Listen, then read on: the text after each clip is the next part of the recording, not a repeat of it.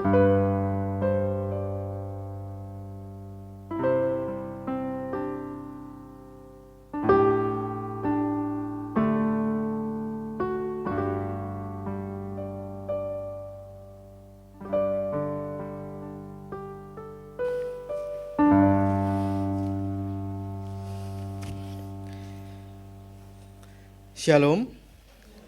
selamat pagi Bapak Ibu Saudara yang terkasih dalam Tuhan. Kita bersyukur hari ini, pagi ini Tuhan berikan kesempatan bagi kita untuk boleh kembali beribadah, menghadap kepada Tuhan. Kita akan bersama-sama memuji, memuliakan nama Tuhan. Tapi sebelumnya Bapak Ibu Saudara, silakan Bapak Ibu bisa memeriksa kembali handphonenya atau smartphone-nya sebelum ibadah kita mulai, supaya nanti tidak mengganggu akan jalannya peribadahan pada hari ini. Bisa di mode hening atau silent atau dimatikan.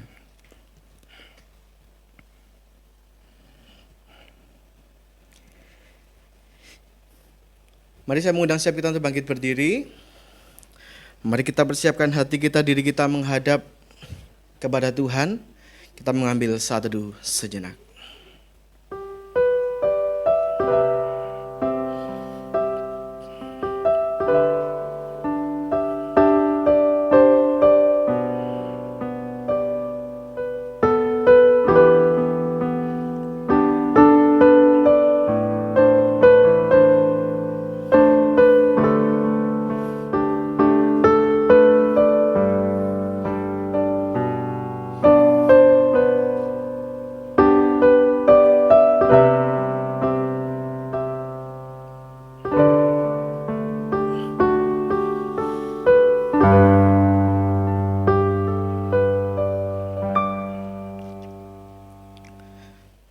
Ibadah ini kita mulai dengan pengakuan bahwa pertolongan kita adalah di dalam nama Tuhan yang menjadikan langit, bumi, dan segala isinya. Dialah Allah yang tidak pernah meninggalkan hasil perbuatan tangannya. Kasih karunia dan damai sejahtera dari Allah Bapa, Allah Putra, dan Allah Roh Kudus menyertai kamu sekalian. Amin. Mari bersama-sama kita memuji Tuhan. Kita memuji Allah kita sembah Dia. Mari kita pujikan Yesus, kami puja.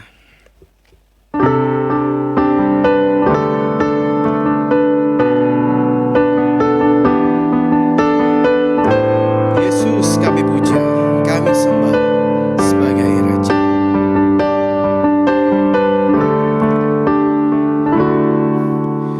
Yesus kami puja, kami sembah sebagai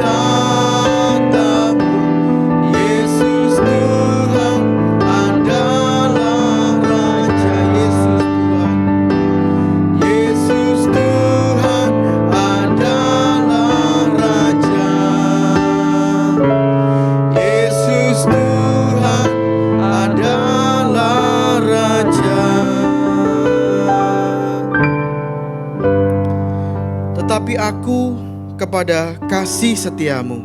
Aku percaya, hatiku bersorak-sorak karena penyelamatanmu. Aku mau menyanyi untuk Tuhan, karena Ia telah berbuat baik kepadaku. Mazmur 13 pada bait yang kelima dan yang keenam. Bapak Ibu dipersilakan untuk duduk kembali. Mari bersama-sama kita datang di hadapan Tuhan saat ini.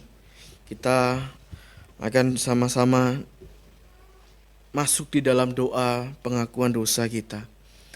Ingatlah akan kasih-Nya, ingatlah akan setiap kebaikan Tuhan dalam kehidupan kita. Bahkan sampai detik ini, bahkan sampai saat ini, Tuhan masih senantiasa menolong bahkan memelihara kehidupan kita. Tuhan rindu bahwa setiap kita datang di hadapan-Nya saat ini, untuk kita boleh mengakui akan segala dosa, pelanggaran di hadapan Tuhan. Mari kita persiapkan hati kita, datang di hadapan Tuhan di dalam doa pengakuan dosa kita. Kita menyanyi, selidiki aku, lihat hatiku.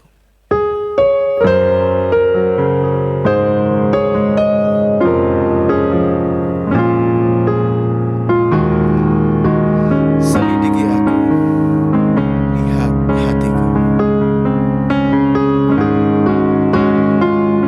Selidiki aku, lihat hatiku.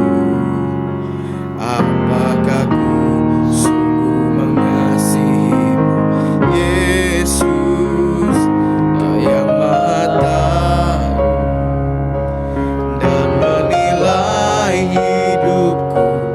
Tak ada yang tersembunyi. Selidiki aku, lihat hatiku. Selidiki aku, lihat hatiku. Apakah ku sungguh mengasihimu, Yesus, Kau yang Maha Tahu dan menilai hidupku.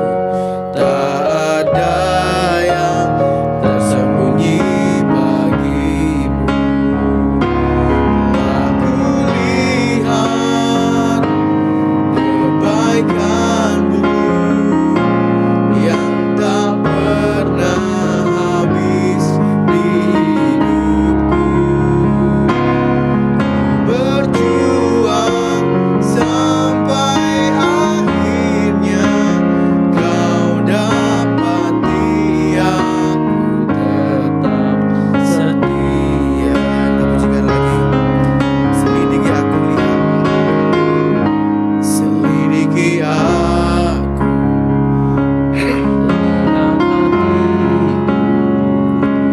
apakah ku sungguh mengasihimu, Yesus, Kau yang Maha Tahu dan menilai hidupku.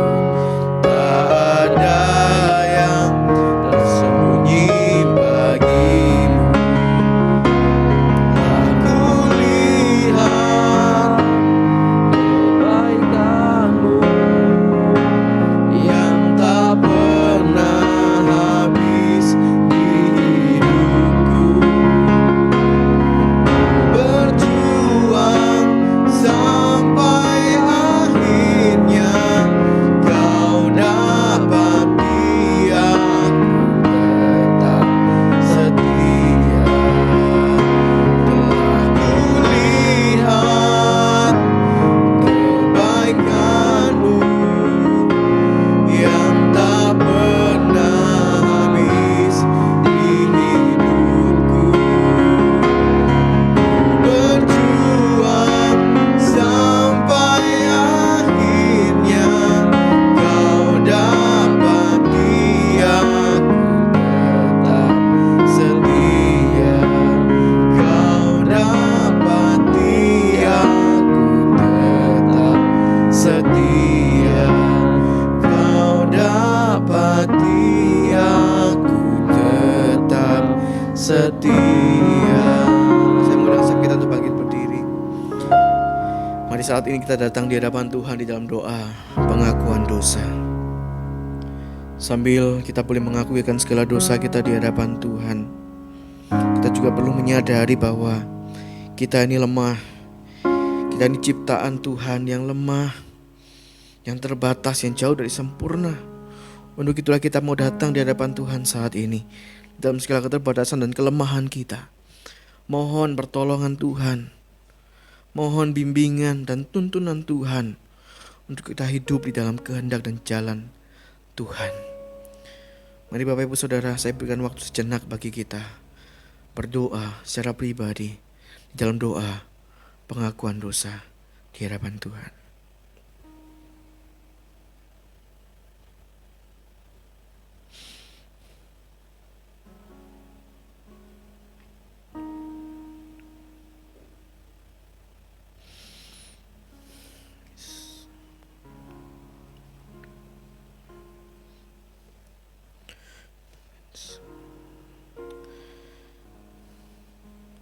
Bapa di dalam surga, kami saat ini datang di hadapan Tuhan. Di hadapan Engkau Allah kami yang kudus, Allah yang maha suci, dan Engkau begitu mengasihi dan menyayangi kami. Kami yang tertunduk saat ini Tuhan, bukan hanya mau bersyukur datang di hadapan Tuhan, tapi kami mengakuikan segala dosa kami, pelanggaran kami di hadapan Tuhan. Engkau yang mengasihi dan mengampuni kami. Engkau yang akan memberikan kami kemurahan-Mu. Maka saat ini kami datang di hadapan Tuhan.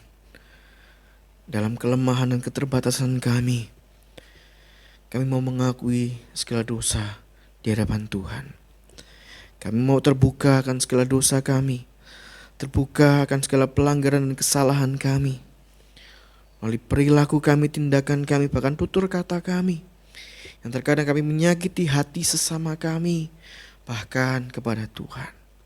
Kami tidak mengindahkan akan apa yang menjadi kehendak Tuhan dalam keluarga kami, dalam pelayanan kami, dalam pekerjaan kami, bahkan kehidupan sosial kami.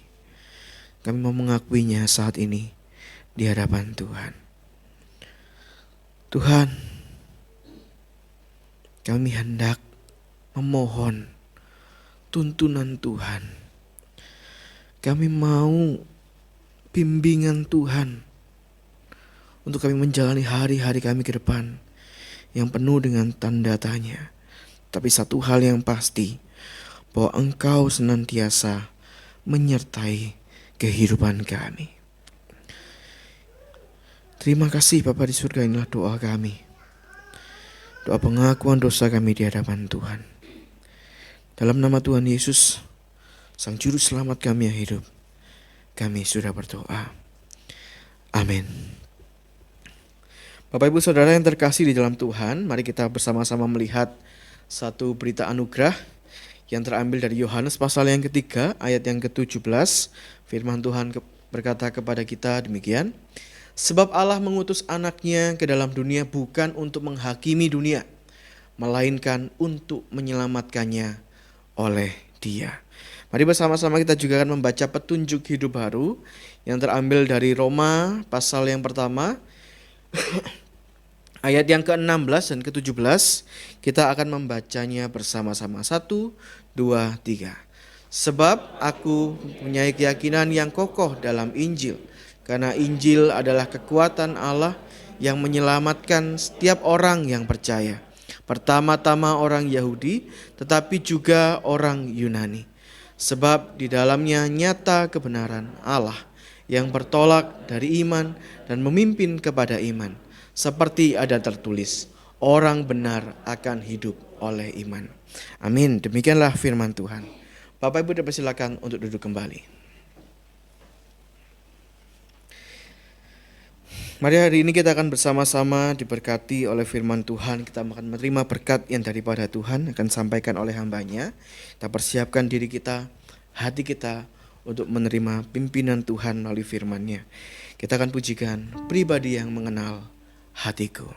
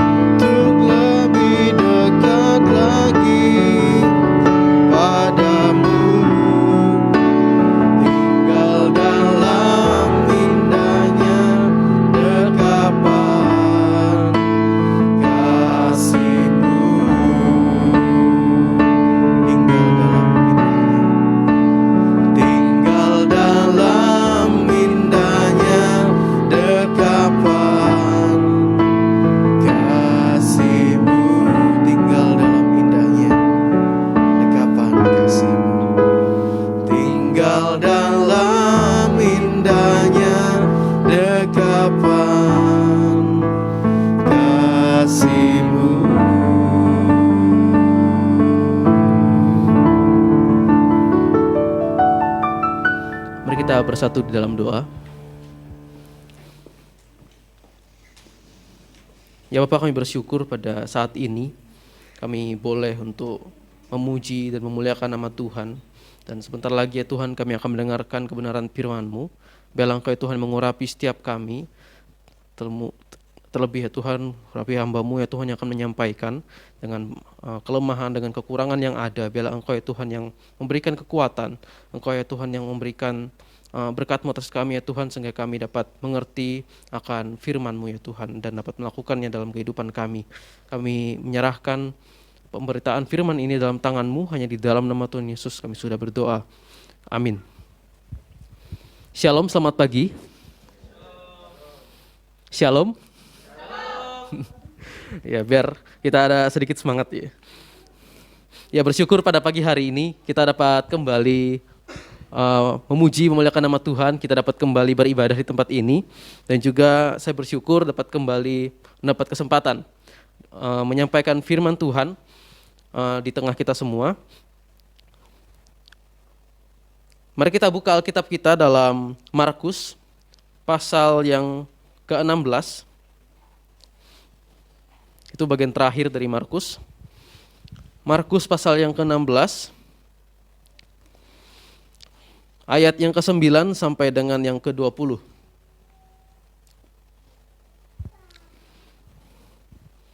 Kita buka Injil Markus pasal yang ke-16, ayat yang ke-9 sampai dengan yang ke-20.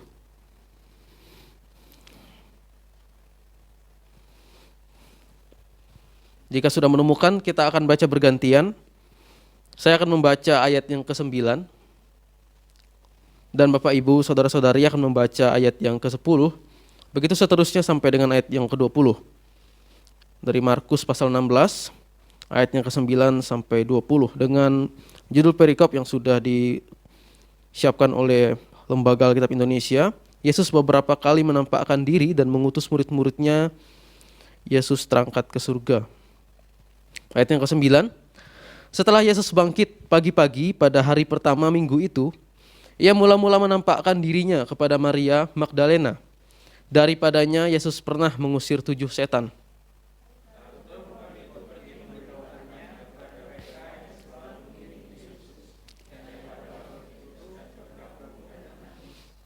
Tetapi ketika mereka mendengar bahwa Yesus hidup dan telah dilihat olehnya, mereka tidak percaya.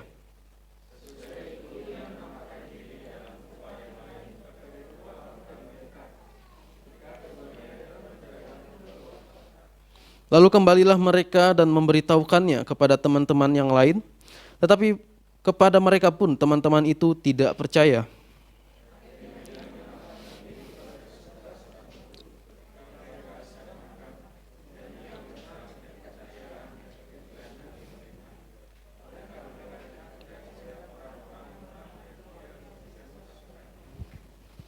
Lalu Ia berkata kepada mereka, "Pergilah ke seluruh dunia, beritakanlah Injil kepada segala makhluk.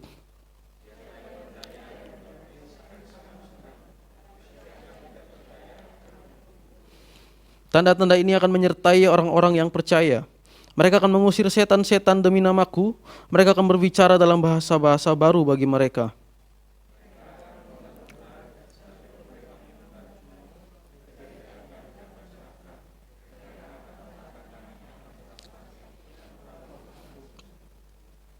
Sesudah Tuhan Yesus berbicara demikian kepada mereka, terangkatlah Ia ke surga, lalu duduk di sebelah kanan Allah.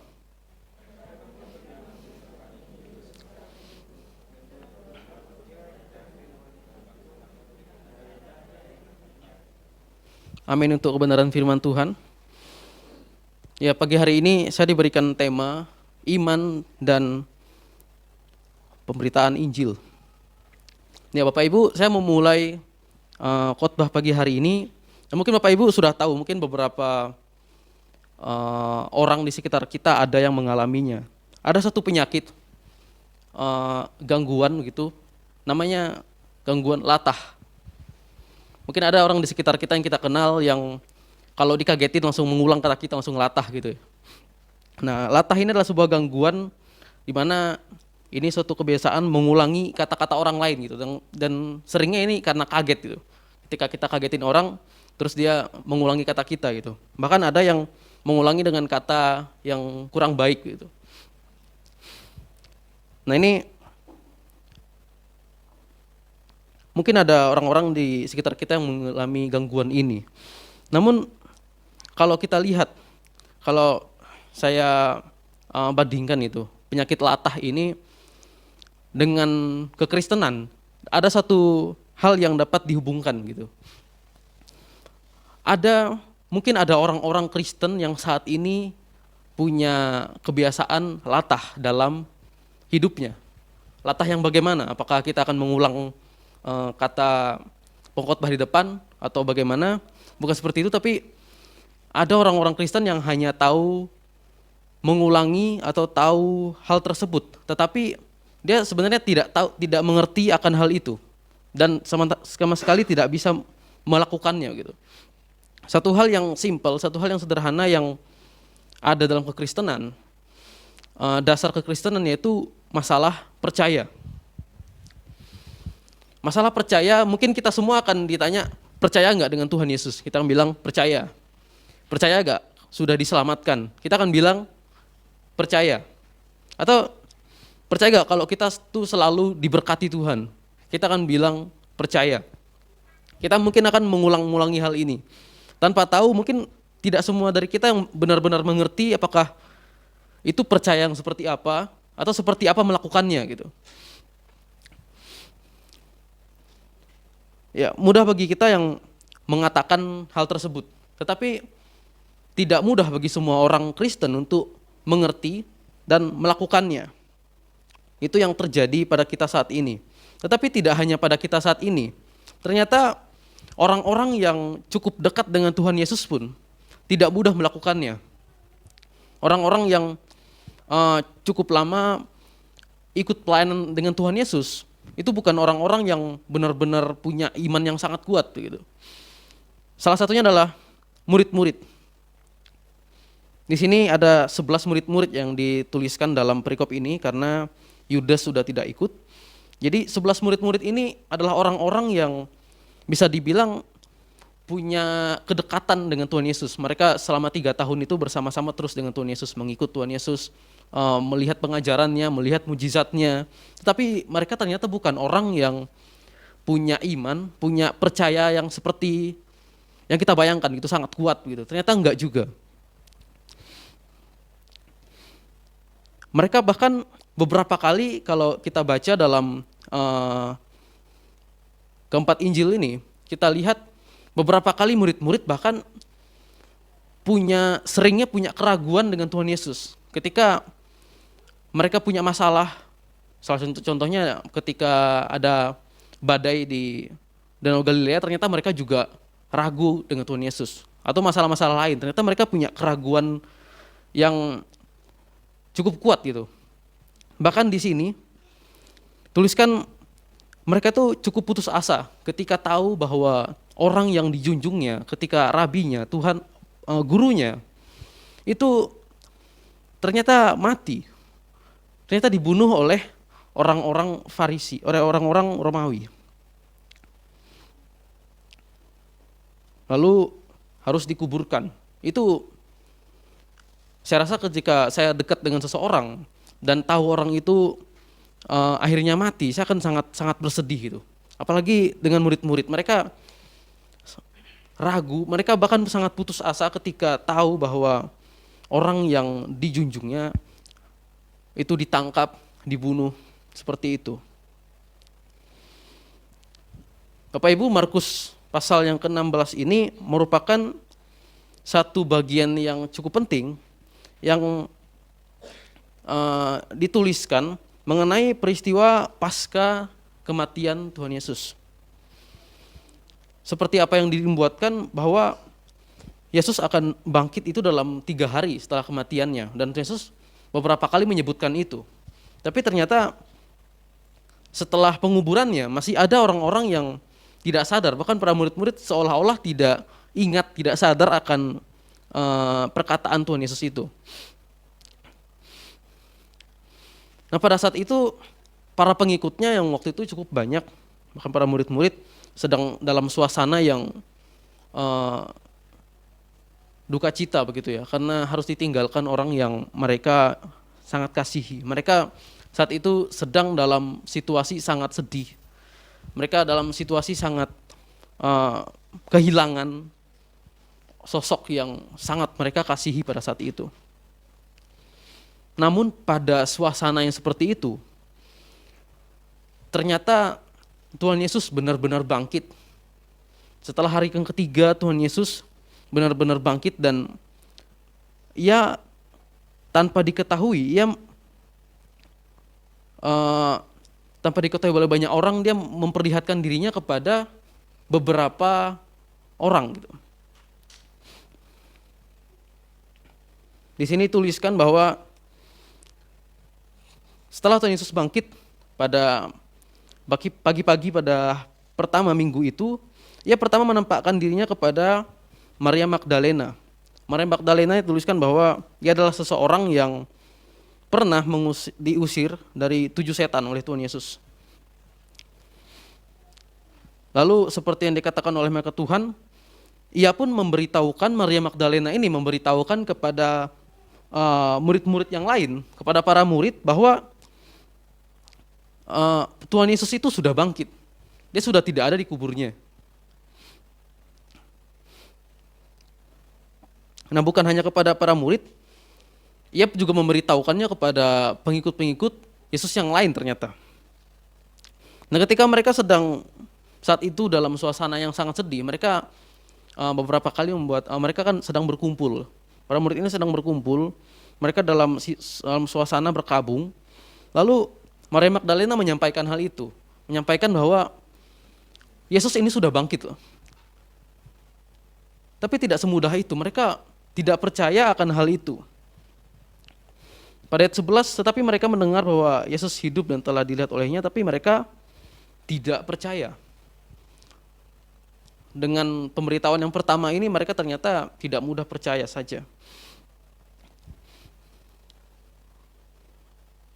Murid-murid tidak bisa percaya begitu saja kepada Maria Magdalena. Mereka memang mendengar bahwa Yesus itu telah hidup. Yesus telah tidak ada di kuburnya, dan dilihat sendiri oleh Maria Magdalena. Nah, cerita ini harusnya jika mereka benar-benar mengenal Tuhan Yesus, mereka akan langsung percaya gitu dengan semua kuasa Tuhan Yesus yang pernah mereka lihat, dengan semua mujizat yang pernah Tuhan Yesus lakukan. Apakah tidak mungkin begitu Tuhan Yesus benar-benar bangkit? Bahkan dia pernah membangkitkan orang. Tetapi ternyata mereka tidak langsung percaya gitu. Mereka tetap mungkin saya tidak bisa membayangkan, mungkin kayak, wah masa sih gitu benar-benar bangkit. Dan mereka mungkin tidak akan berkata bahwa Maria Magdalena ini mengarang cerita atau sedang berhayal gitu, atau hanya menghibur saja. Kalau saja mereka percaya waktu itu tentang nubuatan-nubuatan tentang kebangkitan Tuhan Yesus yang sering diucapkan oleh Tuhan Yesus sendiri, mereka mungkin tidak akan setidak percaya itu ya. Tapi mungkin ini adalah efek kesedihan mereka, efek kehilangan mereka yang sampai meragukan akan cerita dari Maria Magdalena ini. Lalu setelah itu tidak sampai di situ saja, ternyata Tuhan Yesus juga menampakkan diri kepada orang yang lain. Dia menampakkan diri kepada rupa yang lain kepada 2 orang dari mereka ketika keduanya dalam perjalanan di luar kota. Nah, ini kalau melihat di kitab yang Injil yang lain, dalam Lukas itu ada dituliskan bahwa Yesus itu menampakkan kepada 2 orang murid sedang pergi ke kampung bernama Emmaus. Nah, ini dalam teks ini ya, ada ahli yang setuju bahwa ini adalah 2 orang yang ke Emmaus itu, ada juga yang tidak gitu. Ada yang mengatakan ini ternyata murid yang lain, ini kisah yang lain. Tetapi di luar itu, bahwa ternyata Tuhan Yesus menampakkan diri juga kepada 2 orang yang lain yang sedang ke luar kota. Lalu ia kembali, ketika mereka kembali kepada murid-murid, Mereka akan berkumpul kembali, mereka juga menceritakannya. Kami juga melihat Tuhan Yesus, meskipun dalam rupa yang lain. Dan mereka tetap tidak mau percaya. Hal ini juga tidak langsung dipercaya oleh murid-murid yang lain. Mereka ya mungkin masih curiga gitu dengan murid ini hanya hayalan atau hanya tertipu oleh penglihatannya sendiri. Lalu kalau kita lihat juga dalam kitab Lukas pasal 24 juga dikisahkan tentang kebangkitan Tuhan Yesus ya. Di situ pasal ayat 33 dan 34 kita akan melihat bahwa ketika menjelang malam hari, ketika sudah sore hari, itu barulah mereka baru mulai percaya. Itu pun ketika ada dua orang yang kembali dan menceritakan kepada mereka. Ini yang dikisahkan dalam Lukas. Barulah mereka baru mulai percaya ini. Tadinya seharian itu ada yang menceritakan, Maria Magdalena, terus murid yang lain, mereka sama sekali tidak tergerak untuk, mereka mengeraskan hatinya untuk percaya. Setelah beberapa kesaksian dilakukan oleh beberapa murid itu, barulah Tuhan Yesus sendiri yang menampakkan dirinya. Dan itu terjadi ketika mereka sedang berkumpul dan makan pada malam itu. Nah disitulah dituliskan bahwa ia mencela ketidakpercayaan dan kedegilan hati mereka. Di situ tuliskan bahwa ia mencela gitu. Tapi mungkin jika kita perhalus seolah-olah marah gitu, Tuhan Yesus mungkin marah para murid karena mereka hatinya begitu degil gitu. Mereka mengeraskan hatinya sehingga tidak percaya akan kebangkitan Tuhan Yesus. Mungkin Tuhan Yesus bukan marah tentang kekurangan mereka, tentang kelemahan mereka pada saat itu, tetapi memang tentang kekerasan hati mereka yang tidak mau percaya. Kalau kita perhatikan bahwa dalam Markus ini, dalam pasal 16 ini, dari ayat yang ke-14 itu tidak hanya punya tujuan untuk menuliskan daftar-daftar peristiwa penampakan Yesus kepada para murid. Ternyata ini tujuannya tidak hanya menuliskan bahwa Yesus pernah memperlihatkan dirinya pada Maria Magdalena, kepada para murid, tetapi ini seolah menjelaskan bahwa peristiwa ini memang diperlukan oleh para murid begitu. Ini memang diperlukan oleh para murid karena mereka membutuhkan Tuhan Yesus sendiri yang harus muncul, baru mereka percaya. Para murid yang udah dekat dengan Tuhan Yesus, mereka harus melihat Tuhan Yesus sendiri baru bisa percaya. Ini adalah sebuah tantangan kepada banyak orang Kristen mungkin. Bahkan para murid yang dekat sekalipun harus melihat sendiri ini, baru percaya. Ketika mereka diceritakan, mereka mendapat kesaksian dari rekan-rekannya, mereka tidak mau percaya. Ketika mereka melihat, itulah titik mereka baru mau percaya kepada Tuhan Yesus. Mungkin bisa saja kalau sebelumnya ketika mereka beri kesaksian oleh murid yang lain dan mereka langsung percaya, mungkin kita tidak tahu, mungkin Tuhan Yesus tidak akan menampakkan diri pada mereka. Karena itu memang tidak perlu, karena mereka sudah percaya. Tapi nyatanya mereka mengeraskan hati dan butuh benar-benar sosok Tuhan Yesus yang asli ini, baru mereka percaya. Jadi para murid dan para pengikut Tuhan Yesus pada saat itu yang mendapat kesempatan menjadi orang-orang yang menyaksikan bahwa Tuhan Yesus benar-benar sudah bangkit. Mereka menjadi saksi, pelopor iman yang menyaksikan secara langsung bahwa Tuhan Yesus ini benar-benar Tuhan, benar-benar sudah bangkit dari kematian. Hal inilah yang dapat kita lihat sebagai sorotan. Karena orang-orang setelah zaman para rasul itu, setelah zaman para murid, tidak ada lagi yang melihat Tuhan Yesus secara fisik sampai dengan hari ini. Yesus tidak lagi menampakkan dirinya secara langsung. Kalau Yesus datang lagi, itu datang yang kedua kali. Jadi tidak akan lagi menampakkan dirinya secara langsung seperti kepada para murid.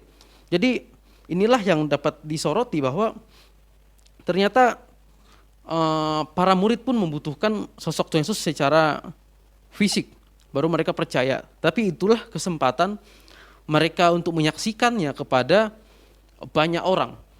Itulah kesempatan mereka menyaksikannya kepada banyak bangsa, bahwa Tuhan Yesus itu benar-benar ada, benar-benar sudah menunjukkan kuasanya, ia adalah Tuhan. Ia sudah menyelamatkan banyak orang. Nah, disinilah pentingnya ada kelanjutan di ayat yang ke-15, bahwa akhirnya Tuhan Yesus langsung memberikan perintah. Ketika setelah Tuhan Yesus menampakkan dirinya, Tuhan Yesus memberikan perintah kepada mereka, pergilah ke seluruh dunia, beritakanlah Injil kepada segala makhluk. Ini seperti yang ditulis pada akhir kitab Injil lainnya, seperti Matius, Markus, Lukas. Yesus memberitakan bahwa pergilah ke seluruh dunia untuk memberitakan Injil. Nah, disinilah melalui firman Tuhan ini kita mendapati bahwa Tuhan Yesus itu berkata kepada mereka semua agar mereka itu pergi ke seluruh dunia, agar mereka tidak sampai di situ saja, tidak sampai mereka sendiri yang tahu, tetapi mereka sendiri yang telah menyaksikan Tuhan Yesus untuk menyaksikannya kembali kepada banyak orang. Agar mereka dapat memberitakan Injil Kerajaan Allah ini kepada segala bangsa, kepada semua negara, kepada banyak orang. Dituliskan sampai kepada ujung bumi. Dan Tuhan Yesus juga mengingatkan agar barang siapa yang dibaptis akan diselamatkan, tetapi barang siapa yang tidak percaya maka akan dihukum. Nah, saat ini memang dunia tidak lagi melihat secara fisik, tetapi kita sudah mendapatkan, sudah mendengar Tuhan Yesus. Kita sudah banyak orang yang sudah melihat kuasa Tuhan yang nyata. Nah, kalau kita melihat dalam ayat 15 ini, ada ahli yang menyebutkan bahwa pada saat Yesus berbicara, ternyata di sini bukan hanya kepada para murid ya, tetapi di sini juga dituliskan mungkin itu adalah juga disampaikan kepada orang-orang percaya yang di Galilea pada saat itu. Jadi amanat Tuhan Yesus ini tidak hanya disampaikan secara khusus pada para murid, tapi ternyata kepada banyak sekali pengikutnya, kepada orang-orang percaya pada saat itu. Dan juga artinya bahwa pesan ini tidak hanya berhenti kepada mereka saja. Pesan ini juga terus diberikan, tanggung jawab ini diberikan kepada orang-orang percaya selanjutnya sampai dengan saat ini. Lalu mengapa pada saat ini pun berita Injil ini, pemberitaan Injil ini tidak boleh berhenti? Nah, kalau kita perhatikan di zaman sekarang, bukankah sudah banyak gereja nih, udah di banyak daerah itu gereja sudah banyak sekali. Terus badan-badan misi yang memberitakan Injil juga udah banyak. Para misionaris dari berbagai negara itu sudah banyak. Sudah pergi ke daerah-daerah, pergi ke berbagai daerah yang belum mengenal Tuhan. Tetapi kenapa pesan ini juga disampaikan kepada kita?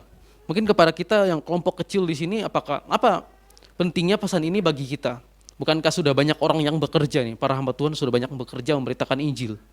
Lalu mengapa kita harus tahu? Mengapa kita harus tahu bahwa ini penting juga untuk kita?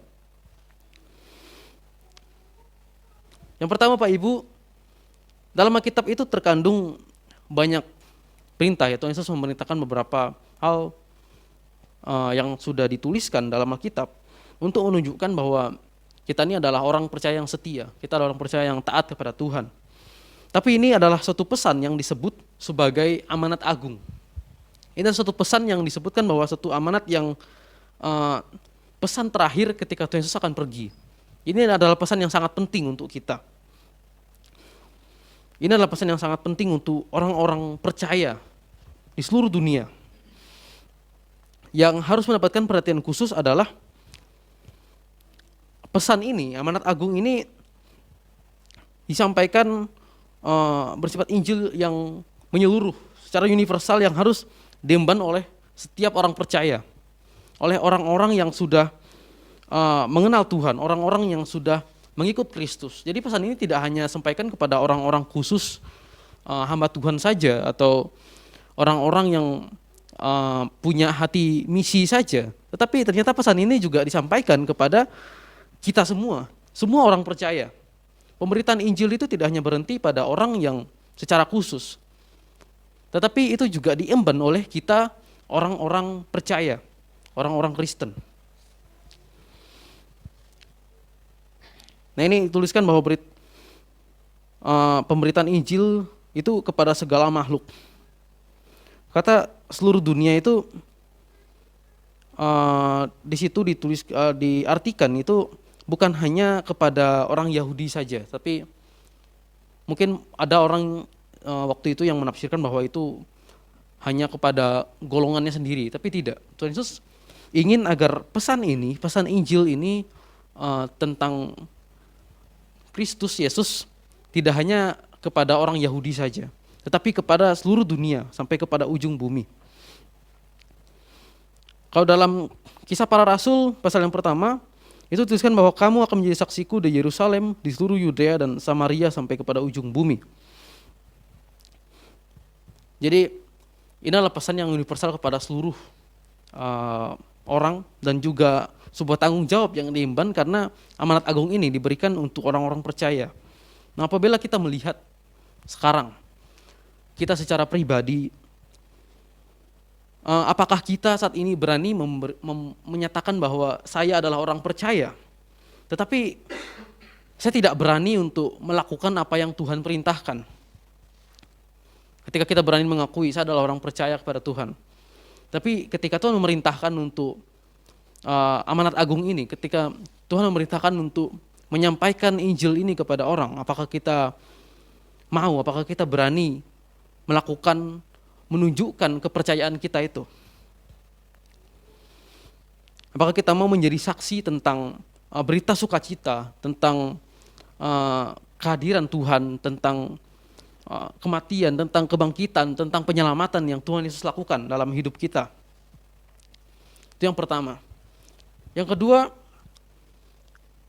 karena masih banyak orang yang belum mengenal Yesus atau belum benar-benar mengenal Yesus. Ini ada perbedaannya. Jadi belum mengenal Yesus dan belum benar-benar mengenal Yesus. Kalau belum mengenal mungkin itu adalah orang-orang ya dari kalangan agama lain atau orang-orang yang memang sebelumnya tidak pernah mendengar tentang Yesus. Tetapi yang belum benar-benar mengenal Yesus bisa saja dari kalangan kita sendiri. Orang-orang Kristen yang mungkin kenalan kita, mungkin orang-orang terdekat kita yang dengan identitas agama Kristen, tetapi ternyata belum benar-benar mengenal Tuhan Yesus.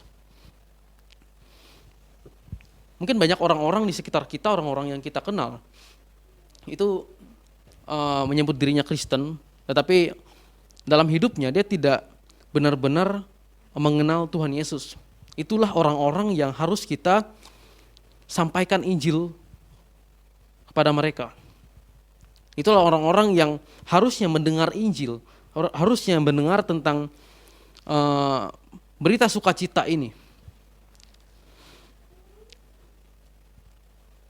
Bisa saja itu orang-orang yang benar-benar dekat dengan kita, saudara kita, atau mungkin anak-anak kita, atau mungkin orang tua kita, atau teman-teman kita di sekitar kita yang punya identitas sebagai Kristen, tapi ternyata mereka tidak benar-benar mengenal Tuhan Yesus. Nah, di sini jika kita benar-benar mengasihi mereka, orang-orang di sekitar kita, kita mengasihi mereka, bukankah lebih baik ketika kita mengatakan aku mengasihinya, tetapi tidak mau memberitakan? Bukan lebih baik jika kita juga memberitakan Injil kepada mereka? Kita tunjukkan kasih kita itu dengan memberitakan kabar sukacita kepada mereka. Saya pribadi baru benar-benar mengenal Yesus, benar-benar menerima Yesus sebagai Tuhan dan Juru Selamat itu pada tahun 2015. Itu saya 15 tahun ya, udah SMP, udah mau SMA gitu. Nah, itu padahal saya lahir dari keluarga hamba Tuhan. Jadi dari kecil udah diajarkan dari sekolah minggu, bahkan dari sebelum sekolah minggu papa saya sudah sering mengajarkan. Sampai dengan SD, SMP, itu saya hanya sekilas, oke, saya tahu saya adalah orang Kristen. Tuhan saya Tuhan Yesus. Udah sampai di situ saja. Seolah-olah saya tidak benar-benar mengalami perjumpaan itu sebelumnya. Tapi 2015 itu saya benar-benar mengalami perjumpaan setelah waktu itu ada di gereja itu ada mahasiswa praktek waktu itu. Jadi ada satu STT yang mengirimkan mahasiswa praktek. Jadi setiap Sabtu Minggu itu weekend seperti yang saya lakukan ini. Pada suatu sore dia mengajak saya cerita. Itu cuma cerita karena ngajak sharing sambil waktu itu sambil minum teh sambil nyenek. Jadi mengajak saya cerita-cerita. Nah disitulah setelah sekian lama saya menjadi orang Kristen gitu. Di situ secara pribadi saya tersentuh gitu. Saya tersentuh ternyata ternyata saya adalah orang yang benar-benar berdosa dan tetapi Tuhan itu sangat baik dan menyelamatkan saya. Itulah titik saya benar-benar mengalami perjumpaan dengan Tuhan Yesus. Jadi mungkin orang-orang punya cara yang berbeda gitu mengalami perjumpaan. Ada yang mungkin seperti saya yang setelah mendapatkan sharing secara pribadi baru, tapi ada juga orang-orang yang punya cara yang berbeda-beda. Di kampus saya itu ada, jika masuk itu ada namanya malam kesaksian. Jadi malam kesaksian itu adalah di mana para mahasiswa baru itu menceritakan kesaksian mereka gitu. Panggilan mereka dan kesaksian mereka mengenal Tuhan. Nah dari situ saya sangat suka dengan kegiatan itu. Kenapa? Karena saya melihat begitu unik. Tuhan menunjukkan dirinya dan memanggil orang-orang ini begitu unik gitu. Ceritanya satu dengan yang lain itu selalu berbeda. Itulah kegiatan yang menurut saya sangat memberkati ketika saya tahu bagaimana cara Tuhan menunjukkan dirinya, ketika bagaimana Tuhan memanggil mereka. Itu adalah cara yang unik. Ya setiap kita mungkin memiliki cara yang unik ketika kita menyaksikan Tuhan, ketika kita melihat Tuhan dalam kehidupan kita. Tapi ketika kita sudah menerima Tuhan, ketika kita sudah mendapatkan anugerah Tuhan itu, kita juga mendapatkan tanggung jawab. Kita sebagai orang-orang yang sudah percaya, kita mendapatkan tanggung jawab untuk menyampaikan itu kembali kepada orang lain. Jadi tidak hanya berhenti kepada kita saja. Keselamatan itu bukan hanya tentang saya sendiri nih. Itu namanya egois ya. Jadi ketika saya tahu selamat, udah, saya tidak akan mengatakannya pada siapa-siapa. Bukan lebih baik ketika kita tahu bahwa kita sudah diselamatkan. Kita juga menyampaikannya kepada orang-orang yang kita kasihi. Kita juga menyampaikannya pada orang-orang di sekitar kita yang juga harus mendengar berita keselamatan ini. Mereka juga harus selamat. Nah dari firman Tuhan ini kita makin sadar bahwa kehidupan kita sebagai orang percaya tidak hanya sebatas dalam mengakuinya saja. Tetapi ketika kita menyebut kita orang percaya, kita juga harus melakukannya dalam kehidupan kita. Kita harus aktif dalam pekerjaan Tuhan di dunia ini. Jadi mengabarkan Injil ini bukan hanya tugas sebagian orang atau tugas orang-orang yang terpanggil saja. Tapi ini adalah tugas kepada semua orang percaya. Nah sekarang tugas kita adalah sebagai orang-orang percaya, tugas kita sebagai murid Tuhan. Ini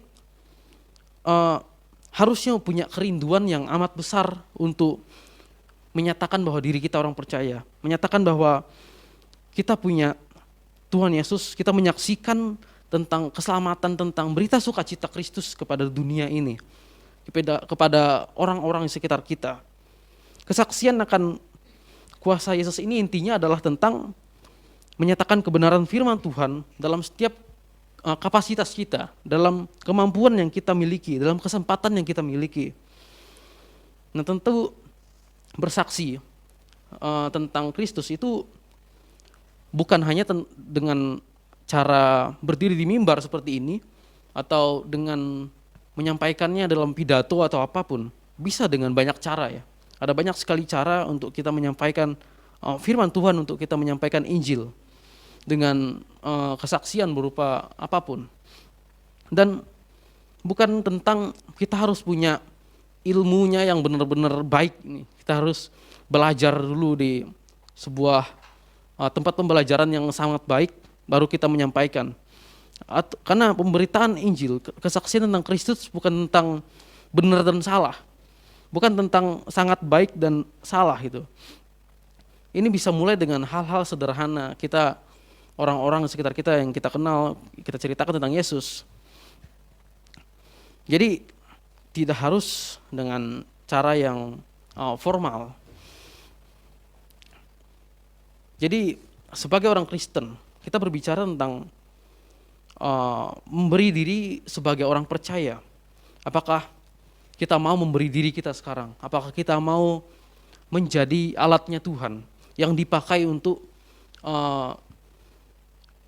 pekerjaan kerajaan Allah di dunia ini, yang mau dipakai untuk menyaksikan cinta kasih Allah, menyaksikan tentang berita keselamatan ini kepada dunia saat ini, sehingga semakin banyak orang yang mengenal tentang Tuhan, tentang Yesus yang menjadi juru selamat kita, dan bersama-sama kita dapat memuliakan Tuhan, bersama-sama kita dapat menjadi alat Tuhan yang dipakai untuk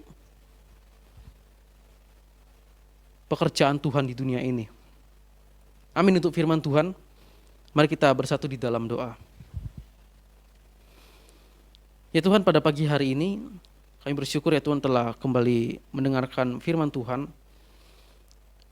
Biarlah Tuhan apa yang kami dengarkan, walaupun dengan firman, dengan pemberitaan yang sederhana ini ya Tuhan, biarlah dapat kami mengerti, dapat kami pahami bahwa hidup kami sebagai orang percaya juga tidak terlepas dari pekerjaan Tuhan. Biarlah kami juga ya Tuhan dapat Engkau pakai Tuhan sebagai alat-Mu untuk pekerjaan-Mu di dunia ini ya Tuhan, untuk menyampaikan berita keselamatan ini kepada orang-orang di sekitar kami. Biarlah kami punya keberanian, kami punya kekuatan ya Tuhan untuk menyampaikannya. Kami bersyukur akan firman ini ya Tuhan.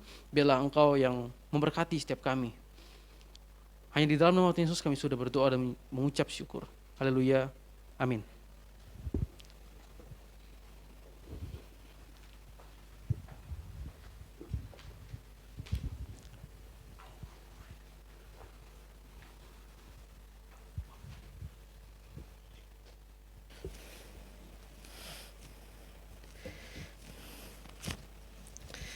Baik, bersyukur untuk firman Tuhan yang disampaikan. Biarlah kita boleh dikuatkan, bahkan firman Tuhan ini menjadi pedoman di dalam kehidupan kita hari lepas hari. Terlebih saat kita boleh meresponi akan kebaikan Tuhan dalam kehidupan kita, kita boleh menjadi pribadi yang mau pakai oleh Tuhan, senantiasa menjadi pemberita firman yang baik kepada banyak orang.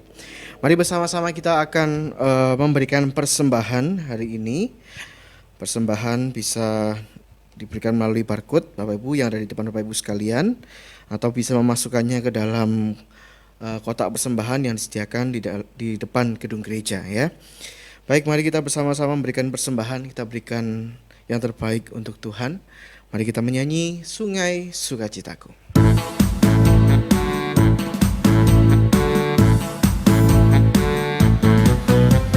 Sungai sukacitamu mengalir dalamku, anggur sukacitamu melimpah dalamku. Ku menari dan bersuka, pujimu di setiap waktu, sebab sungai sukacitamu ada dalamku. Sungai sukacitamu kasih dan disediakan oleh majelis gereja. Dan bagi Bapak Ibu Saudara yang membutuhkan pelayanan doa secara online, Bapak Ibu bisa menghubungi nomor yang tersedia. Nanti akan dilayani di dalam pelayanan doa secara online. Itu ada nomor saya, atau juga nomor gereja, nomor gereja. Bapak Ibu bisa menghubungi ya, jika ada yang ingin didoakan secara pribadi, untuk keluarga, atau pekerjaan, Bapak Ibu bisa menghubungi nomor yang tersedia.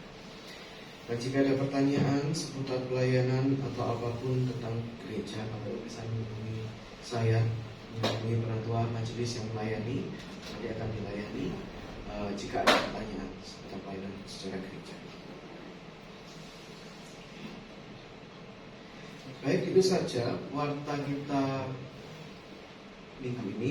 Tuhan Yesus memberkati kita semua. Mari Bapak Ibu Saudara, saya mengundang setiap kita untuk bangkit berdiri. Kita akan mengakhiri peribadahan kita pada hari ini. Segala pujian hormat hanya bagi Tuhan. Kita pujikan doksologi. Kita terima berkat Tuhan dan kita akhiri dengan pujian kami. Doksologi.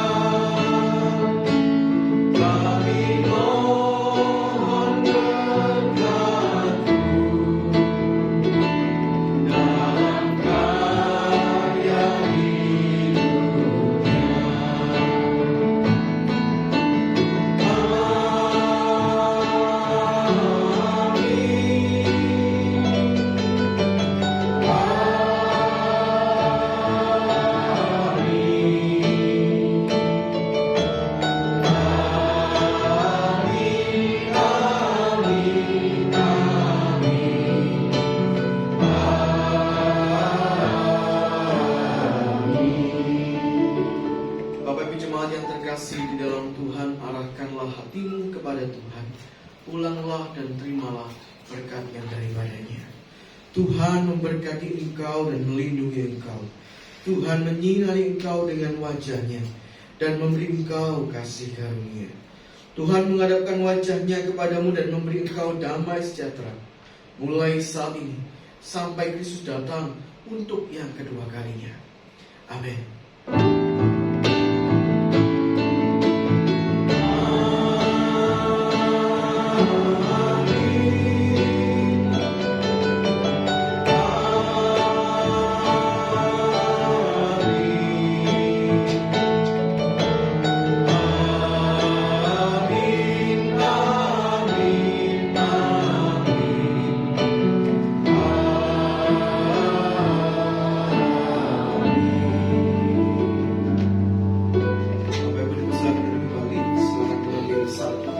Saya Tuhan Yesus.